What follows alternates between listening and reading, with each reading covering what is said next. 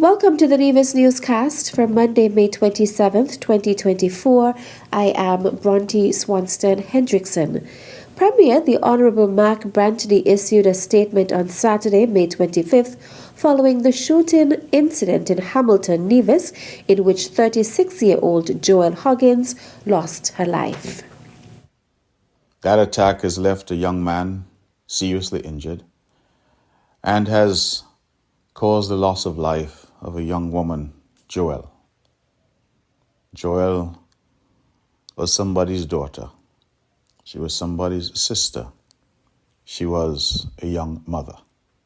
I am yet again calling on the people of Nevis to hold hands together, to bind ourselves together, to prevent this scourge of violence that appears to reside in the hearts of too many of our young people.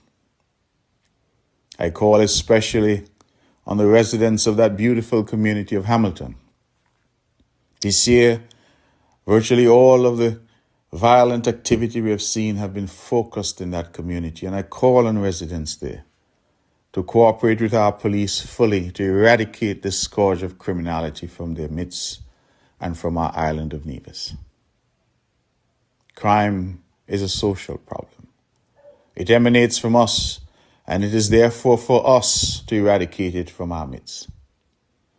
I have said to the police high command in Nevis that they must do everything in their power to bring the perpetrators of this heinous crime to justice. Premier Brantony also extended condolences and asked for prayers for the family of the late Joel Huggins. Meantime, the Royal St. Christopher and Nevis Police Force says it is investigating the shooting incident which occurred between 10:30 and 11 p.m. on Friday, May 24th, 2024. The crime scene unit processed the scene and collected some items of evidential value. The general public will be kept appropriately updated as the investigation progresses. Anyone who has information about this or any other criminal incident is encouraged to contact the nearest police station or call the Crime Stoppers hotline 707. The Royal St. Christopher and Nevis Police Force expresses condolences to all who have been impacted by the incident. Top-level managers at the Nevis Electricity Company Limited NEVLEC were guests on the Government at Work program hosted by the Acting Director of the Department of Information, Keith Scarborough. During the May 23rd interview, NEVLEC's Transmission and Distribution Manager, Ald Stapleton, highlighted the recent increase in the company's cost of operations. The government would have withdrawn the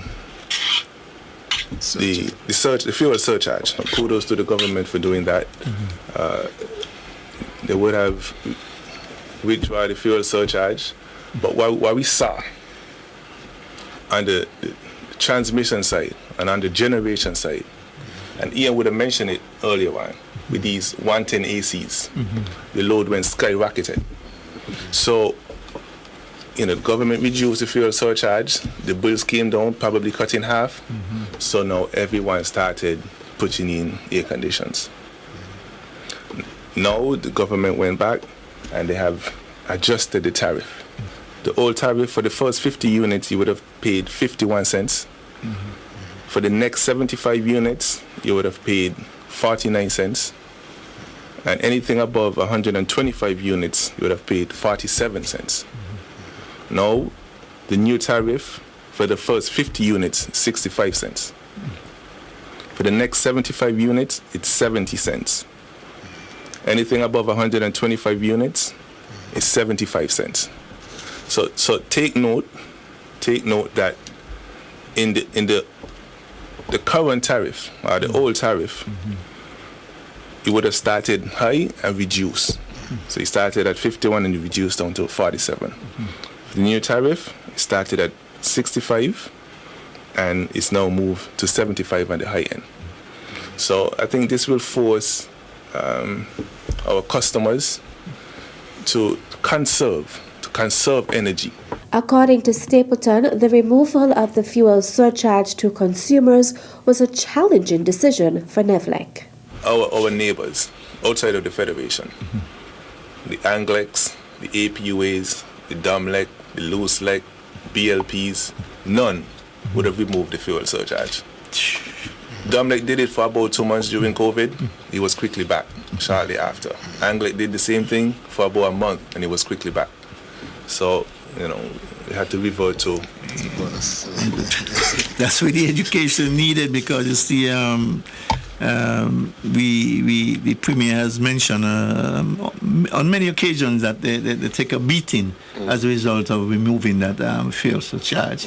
And once you remove that, to put it back on is always a problematic thing to do. But it's a necessary thing to do, but you know how the world works. To put it back on, people, even though the increase is coming on the tariff, you're still hearing that cry out that, they put back on the fuel surcharge, not so really, but as far as they're concerned, the electricity bill is going back up. Yes, that's why I think the awareness program is very important to inform the general public as to what is happening.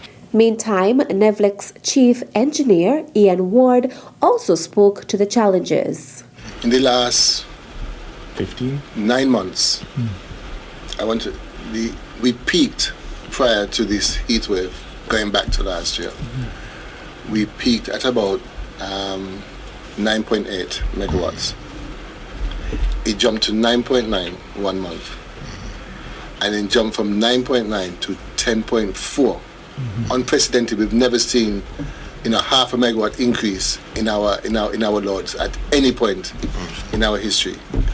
And from that time to now, we've probably remained over 10 megawatts. I would say probably seven times out of 10. We've remained over 10 megawatts. We peaked again last year at 10.78. We peaked again this month at 10.78 or 10.75. We have now peaked again 10.98. 10.98. So we're on the brink of 11 megawatts. This is unprecedented for Nevis. So this heat wave, this would have been caused by. Well, we were saying the people are using more ACs and so forth. Yeah. Also, the heat is driving up the use of the electrical. This peak was a midday peak. We have 2 peaks in Nevis. We have a daytime peak because of the business in town. Yes. And then we have a nighttime peak. This was actually a daytime peak. So people might have been leaving their offices and ACs going full speed. Yeah. Oh, wow. So for Culturama, we're going to be over 11 megawatts. Still to come. The Attorney General has said that he is interested in constitutional reform, and I am at least hopeful that he'll start the process. The details after this break. Celebrating culture, embracing history. It's Culturama 50. It's our heritage. That's how we live. Come with us for the 50th. We're doing it big. Pulsating sounds, masquerading clowns. Streamed on a big drum, we'll be taking over town. 'Cause we're celebrating culture, embracing history. It's Culturama 50. Culturama will celebrate its 50th anniversary from July 25th to August 6th, 2024. Come join us. Celebrating culture, embracing history. It's Culturama 50. Celebrating culture, embracing history. It's Culturama 50.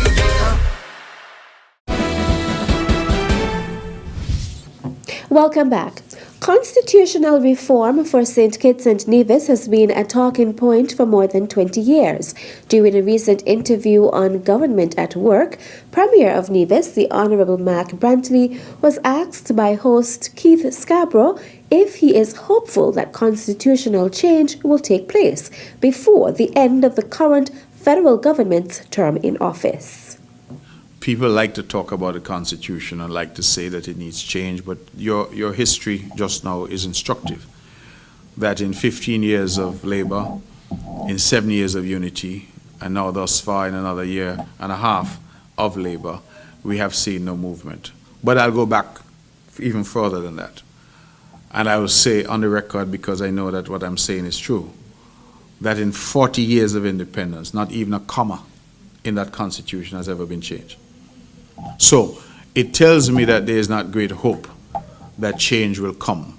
It suggests that people are, by and large, satisfied and happy with the Constitution as it currently stands, and I don't anticipate and I don't hold out much hope that substantive change is going to come. You will recall that we did attempt a fundamental shift when we sought to limit the terms of the Prime Minister to 2 terms, but that did not get the support of the then Labour parliamentarians, and we would have required a 2/3 majority support in the House.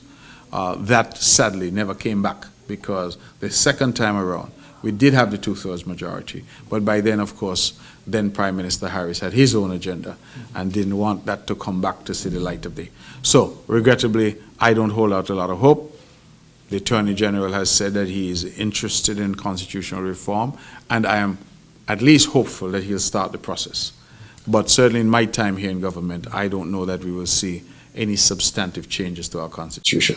Meantime, Scarborough asked Premier Brantley if he is mindful to consider increasing the electoral districts on the island of Nevis. There was a time when former Premier, the late Honourable Brantley, was considering increasing the local seats here in Nevis from 5 to 7. Have you given any consideration to that idea, and will you need federal approval for such increase? So the short answer is yes. In fact, if you look at our manifesto in the last few elections, this is a matter that we have committed to. Will I need federal approval? No.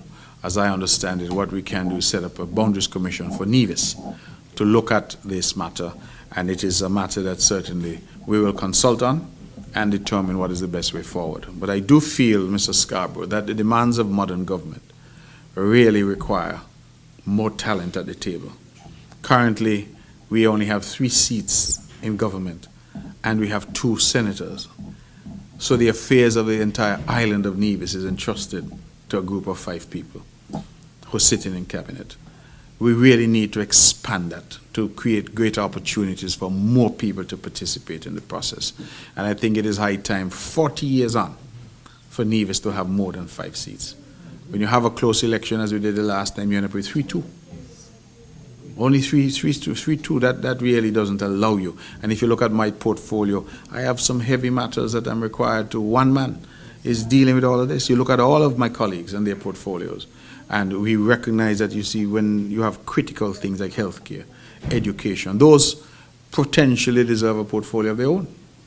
So we have to be able to look at it in a critical way and make some changes. And so I support, speaking for myself, the expansion of the number of seats on the island of Nevis. Premier of Nevis, the Honourable Mark Brantley, will host his next press conference on Tuesday, May 28th. The press conference will be held at the Cabinet Room on the 2nd floor of the Social Security Building at Pinnis Estate. Premier Brantley will provide an update on matters pertaining to Nevis, and members of the press will have the opportunity to ask questions. The Premier's press conference will be broadcast live from 10 a.m. on Nevis Television NTV Channel 99, Nevis Television Facebook page, and Nevis Newscast YouTube channel. And that's it for this edition of the Nevis Newscast. On behalf of all of us here at the Department of Information, I am Bronte Swanston Hendrickson. Thank you for viewing.